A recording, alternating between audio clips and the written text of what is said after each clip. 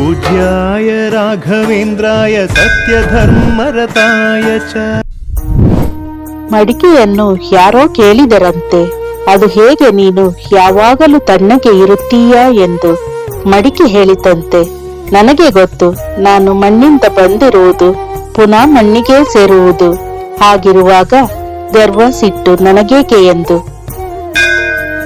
ನಾವು ಇತರರು ಆಡುವ ಸಿಹಿಯಾದ ಮಾತುಗಳ ಹಿಂದೆ ಹುದುಗಿರುವ ಕಹಿಯಾದ ವಿಷಯವನ್ನು ಗ್ರಹಿಸದೆ ಇರುವವರೆಗೂ ಮೋಸ ಹೋಗುತ್ತಲೇ ಇರುವೆವು.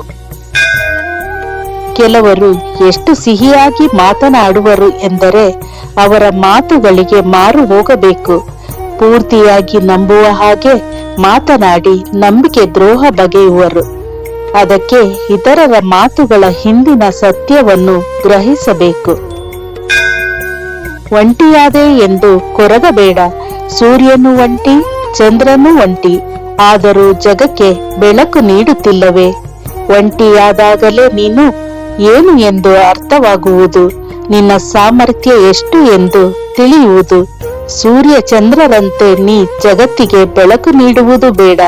ನಿನ್ನ ಬದುಕಿಗೆ ನೀ ಬೆಳಕಾಗು ಸಾಕು, ಆಗ ನಿನ್ನ ಬದುಕು ಧನ್ಯ.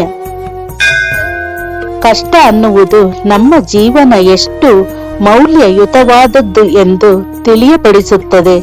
ದುಃಖ ಅನ್ನುವುದು ನಮಗೆ ಒಳ್ಳೆಯದನ್ನು ಬಯಸುವವರು ಯಾರೆಂದು ತಿಳಿಯಪಡಿಸುತ್ತದೆ. ಹಾಗೆ ಕಣ್ಣೀರು ನಮ್ಮ ಮನಸ್ಸಿನ ಭಾರವನ್ನು ತಗ್ಗಿಸಿ ಮನಸ್ಸನ್ನು ಹಗುರ ಮಾಡುತ್ತದೆ. ಕೈತುಂಬ ಹಣವಿದ್ದಾಗ ನಾವು ಪ್ರಪಂಚವನ್ನೇ ಮರೆಯುತ್ತೇವೆ. ಅದೇ ಕೈಯಲ್ಲಿ ಕವಡೆ ಕಾಸು ಇಲ್ಲದಿದ್ದಾಗ ಈ ಪ್ರಪಂಚ ನಮ್ಮನ್ನು ಮರೆಯುತ್ತದೆ. ಯಾರಿಗೂ ಕೂಡ ಮಾತು ಕೊಡಬೇಡ. ಒಂದು ವೇಳೆ ಕೊಟ್ಟರೆ ಮಾಯ ಮಾತುಗಳನ್ನು ಹೇಳಿ ಮಾತು ತಪ್ಪಬೇಡ. ಮನುಷ್ಯ ಅಹಂಕಾರದಿಂದ ಹೇಳ್ತಾನಂತೆ, ಈ ಭೂಮಿ ಬೆಲೆ ಎಷ್ಟೇ ಇರ್ಲಿ ನಾನಿದನ್ನ ಕೊಂಡೇಕೊಳ್ತೀನಿ ಅಂತ. ಆದ್ರೆ ಭೂಮಿ ತಾಯಿ ಮೌನವಾಗಿ ಇರ್ತಾಳೆ. ಯಾಕೆ ಗೊತ್ತಾ? ಈ ಮನುಷ್ಯನಿಗೆ ಯಾವ ಬೆಲೆಯನ್ನು ಕೊಡದೆ ನಾನು ಅವನ್ನ ಪಡಿತೀನಿ ಅಂತ.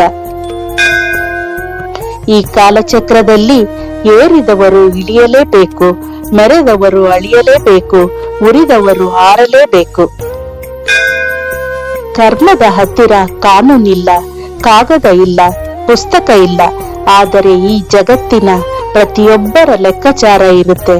ಅದಕ್ಕೆ ಹೇಳೋದು, ಬಲಹೀನರನ್ನು ಬಲವಂತರು ಹೊಡೆದರೆ ಬಲವಂತರನ್ನು ಹೊಡೆಯಲು ಭಗವಂತ ಬಂದೇ ಬರ್ತಾನೆ ಅಂತ. ಪ್ರೀತಿಸುವುದು ಎಂದರೆ ಎಲ್ಲವನ್ನು ಜಯಿಸಿ ಎಷ್ಟೇ ಕಷ್ಟಗಳು ಬಂದರೂ ಅವುಗಳನ್ನು ಸಹಿಸಿ ಒಬ್ಬರಿಗೊಬ್ಬರು ಜೊತೆಯಾಗಿ ನಿಲ್ಲುವುದು ಅಷ್ಟೇ ಹೊರತು ಮಾಯ ಮಾತುಗಳನ್ನು ಹೇಳಿ ತೊರೆಯುವುದಲ್ಲ. ಯಾರಾದರೂ ನಿನ್ನನ್ನು ನೀನು ಇರುವ ಹಾಗೆ ಅಭಿಮಾನಿಸುವರೋ ಅಂಥವರನ್ನು ದೂರ ಮಾಡಬೇಡ.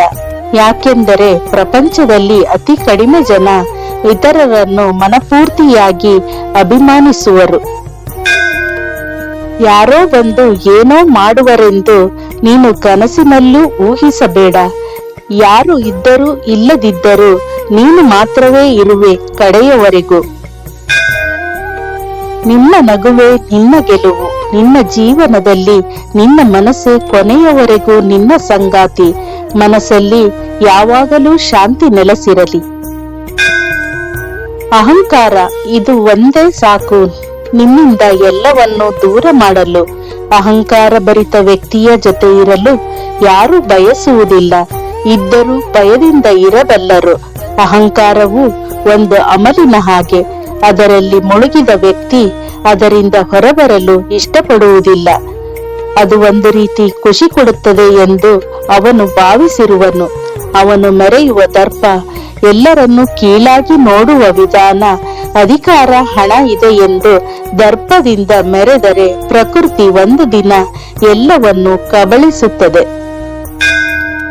ಚರಿತ್ರೆಯಲ್ಲಿ ಅಹಂಕಾರದಿಂದ ಮೆರೆದ ವ್ಯಕ್ತಿ ಯಾವತ್ತೂ ಶಾಶ್ವತವಾದ ಸುಖ ಸಂತೋಷದಿಂದ ಇಲ್ಲ, ಎಲ್ಲವುಗಳಿಂದ ದೂರ ಆಗುತ್ತಾನೆ. पूज्याय राघवेन्द्राय सत्यधर्मरताय च। ಇದೇ ರೀತಿ ಜೀವನಕ್ಕೆ ಸ್ಫೂರ್ತಿ ನೀಡುವ ಸೂಕ್ತಿಗಳನ್ನು ಕೇಳಲು ನಮ್ಮ ಪರಿಮಳ ಮೀಡಿಯಾ ಯೂಟ್ಯೂಬ್ ಚಾನೆಲ್ ಅನ್ನು ಸಬ್ಸ್ಕ್ರೈಬ್ ಮಾಡಿ, ಲೈಕ್ ಮಾಡಿ, ಶೇರ್ ಮಾಡಿ. ಧನ್ಯವಾದಗಳು.